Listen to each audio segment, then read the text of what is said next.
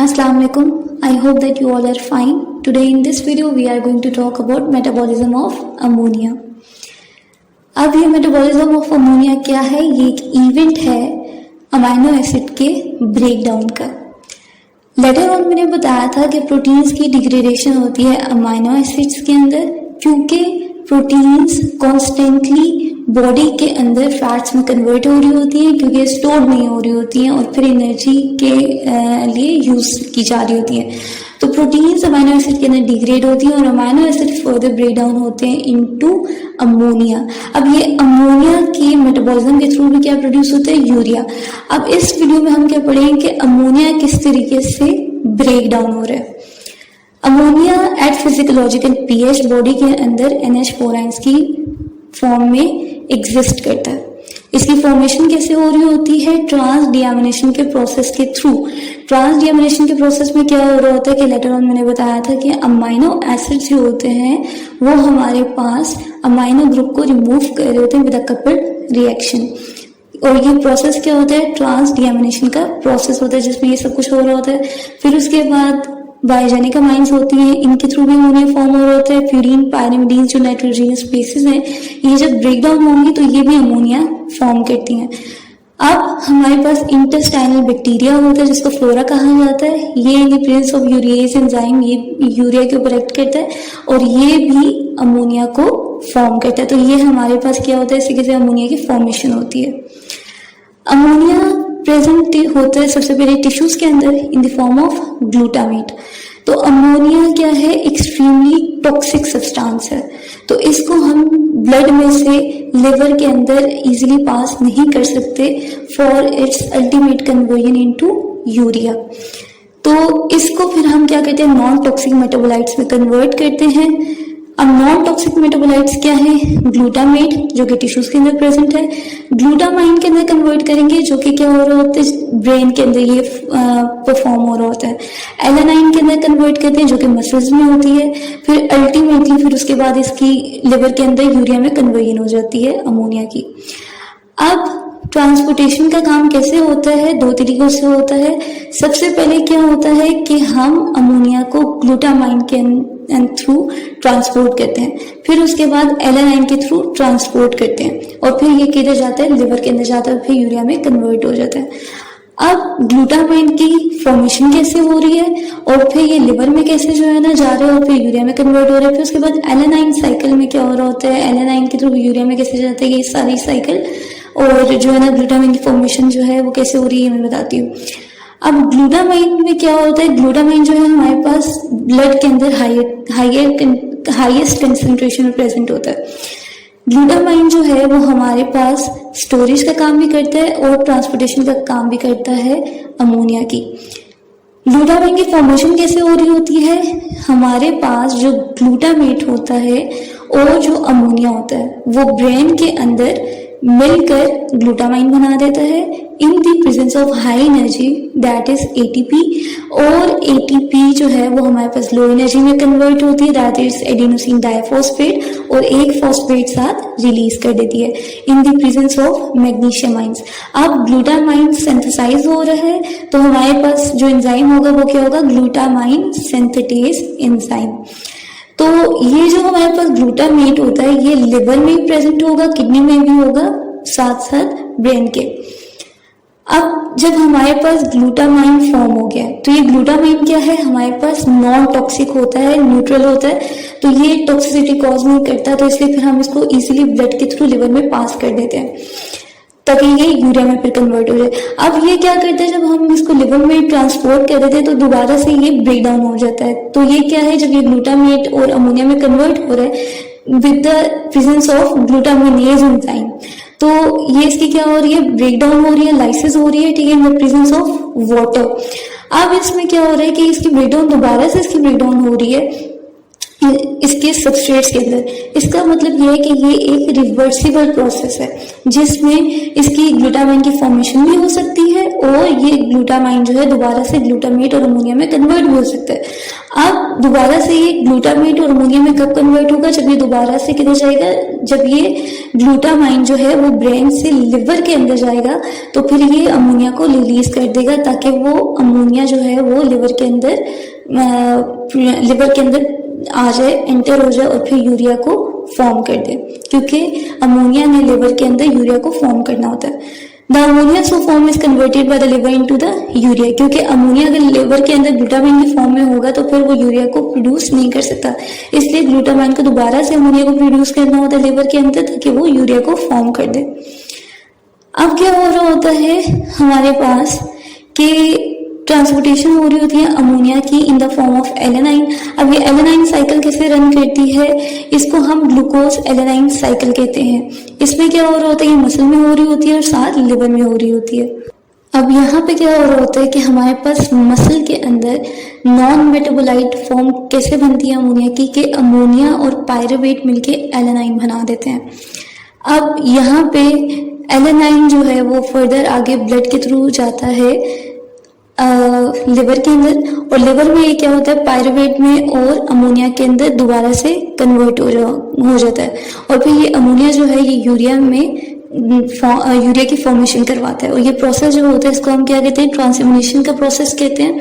अब ये साथ जो पायरुवेट फॉर्म हो रहे होते हैं, ये मसल के अंदर लैक्टेट प्रोड्यूस करते हैं, ये लैक्टेट फिर ब्लड के थ्रू जाता है लिवर में साथ ही साथ एलेनाइन के, और लैक्टेट भी पायरुवेट प्रोड्यूस करता है, पायरुवेट से ग्लूकोज फॉर्म होता है, ग्लूकोज फिर ब्लड से मसल में जाता है, और यही साइकिल फिर साथ साथ रन करती रहती है। तो ये क्या है, ग्लूकोज एलेनाइन साइकिल है। अब फंक्शन ऑफ अमोनिया, अमोनिया क्या करता है कि नॉन एसेंशियल अमाइनो एसिड्स को प्रोड्यूस करता है, प्यूरिन्स, पायरिमिडीन्स, ये जो हमारे पास नाइट्रोजनस बेसिस होती है इनको प्रोड्यूस करता है, अमाइनो शुगर्स को, एस्परजिन को प्रोड्यूस करता है। अब इसका मेन जो फंक्शन होता है वो क्या है, एसिड बेस बैलेंस को मेंटेन करना। तो ये क्या करता है कि ये क्या करती है कि एसिड बेस बैलेंस को मेंटेन करती है। Ammonia is constantly liberated in the metabolism of amino acids and other nitrogenous compounds. As क्या होता है कि हमारे पास प्रोटीन्स के through amino acids break down होते रहते हैं, तो अमाइनो एसिड्स क्या होते हैं कि अपने साथ साथ अमोनिया की भी फर्दर आगे ब्रेक डाउन करते रहते हैं। अमोनिया के अंदर ब्रेक डाउन होते हैं तो फिर साथ साथ नाइट्रोजनस कंपाउंड्स की भी ब्रेक डाउन होती रहती है, वो भी मेटाबोलाइज होते रहते हैं। At physiological pH ammonia exist as NH4 ions.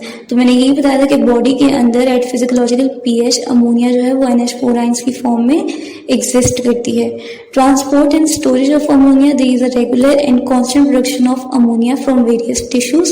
It's concentration is low, यानी कि ब्लड के अंदर इसकी जो कंसंट्रेशन होती है वो लो होती है, क्योंकि अगर अमोनिया की कंसंट्रेशन जो है वो हमारे पास हाई हो जाती है तो हमारे पास हाइपर अमोनिया कॉज होता है। ठीक है, तो ये कंडीशन जो है वो कॉज हो जाती है जिसमें हमारे पास अमोनिया का जो लेवल होता है वो बहुत ज्यादा हाई हो जाता है। अब इसकी वजह से होता क्या है कि ये एक क्लिनिकल सिग्निफिकेंस है जिसमें हमारे पास जो टॉक्सिसिटी है अमोनिया की वो बहुत ज्यादा हो जाएगी। यानी कि हमारे पास इससे इफेक्ट क्या पड़ता है कि ब्रेन के ऊपर बहुत ज्यादा हार्मफुल इफेक्ट पड़ेगा, उसमें टॉक्सिसिटी बहुत ज्यादा हो जाएगी क्योंकि अमोनिया बहुत ज्यादा एक्यूमुलेट करना शुरू हो जाता है वहां पे।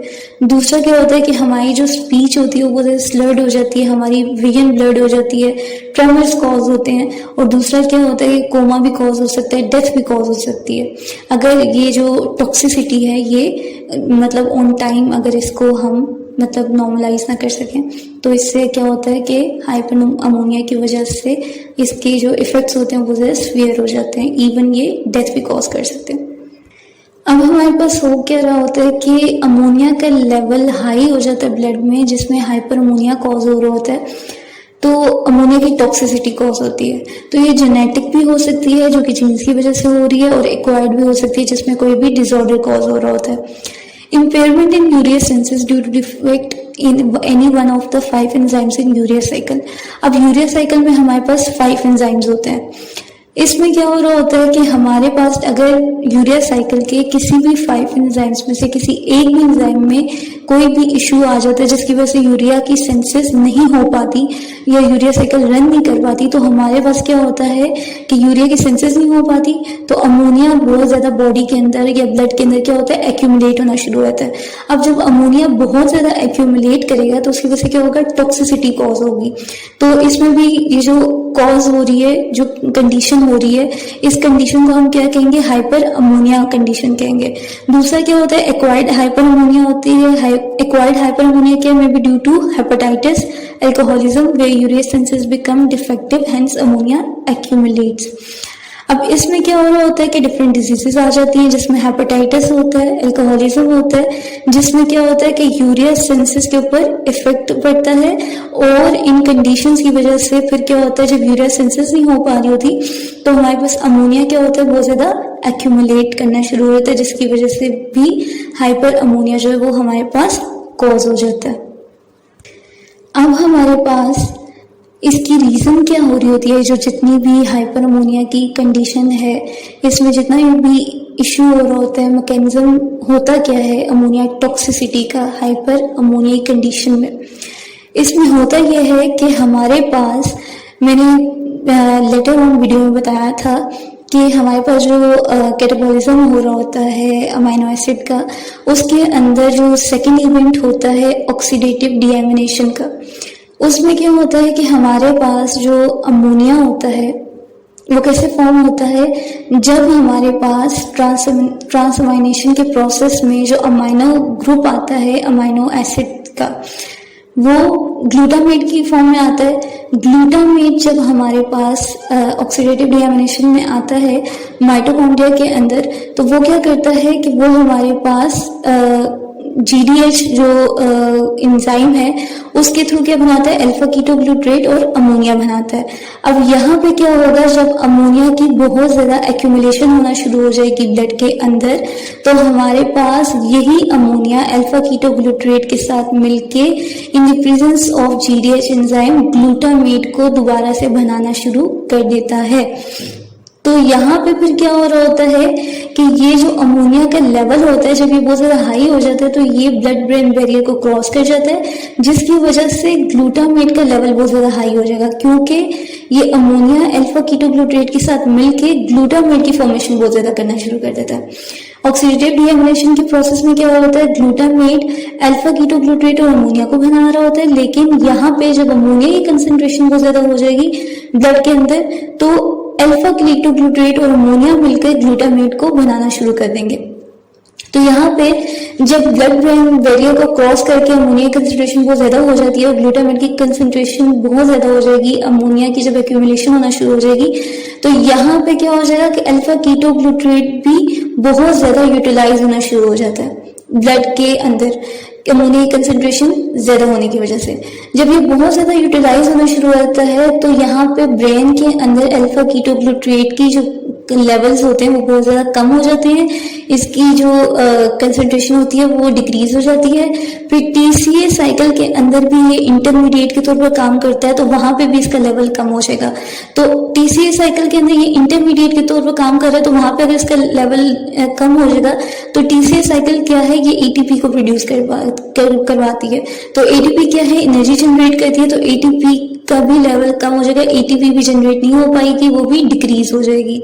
तो हमारे पास क्या है, अल्फा कीटोग्लूट्रेट क्या है कि अल्फा कीटोग्लूट्रेट का लेवल जो है वो हमारे पास अमोनिया की लेवल्स इंक्रीज होने की वजह से, अमोनिया की टॉक्सिसिटी इंक्रीज होने की वजह से क्या होगा कि हमारा जो अल्फा कीटोग्लूट्रेट है वो ब्रेन के अंदर और TCA साइकिल के अंदर डिक्रीज हो जाएगा। जबकि ये क्या करेगा कि जो अमोनिया है वो हमारे पास ग्लूटामेट की प्रोडक्शन करना शुरू कर देगा विद अल्फा कीटोग्लूट्रेट। तो यहाँ पे हमारे पास ग्लूटामेट बहुत ज्यादा फॉर्म होना शुरू हो जाता है ब्लड ब्रेन बैरियर को क्रॉस करके। अब ये क्यों होगा, क्योंकि अमोनिया जो है वो हमारे पास ब्लड में बहुत ज्यादा एक्यूमुलेट करना शुरू कर देता है। अब सिम्टम्स क्या हैं, जब हमारे पास अमोनिया का लेवल बहुत ज्यादा होना शुरू हो जाता है ब्लड के अंदर, इसके लेवल्स इंक्रीज हो जाएंगे। क्यों होंगे, जब हमारे पास यूरिया सिंथेसिस नहीं हो रही, तो स्लर्ड स्पीच होगी, ब्लर वीगन होगी, कन्वर्जेंस होगी, नोजिया, वॉमिटिंग, न्यूरोलॉजिकल डेफिसिट्स होंगे क्योंकि ब्रेन के ऊपर बहुत बैडली इफेक्ट पड़े होते हैं, तो ये मेन रीजन होती है। Mental retardation, coma and eventually last में फिर सीवियर कंडीशन हो तो डेथ कॉज हो जाती है। So this is all about today's video and I hope so that you understand the metabolism of ammonia and यूरियोसिंथेसिस कैसे कैसे हो रही होती है और उसमें क्या प्रोसेस हो रहा होता है वो मैंने नेक्स्ट वीडियो में डिस्क्राइब कर दिया है। अल्लाह हाफिज़।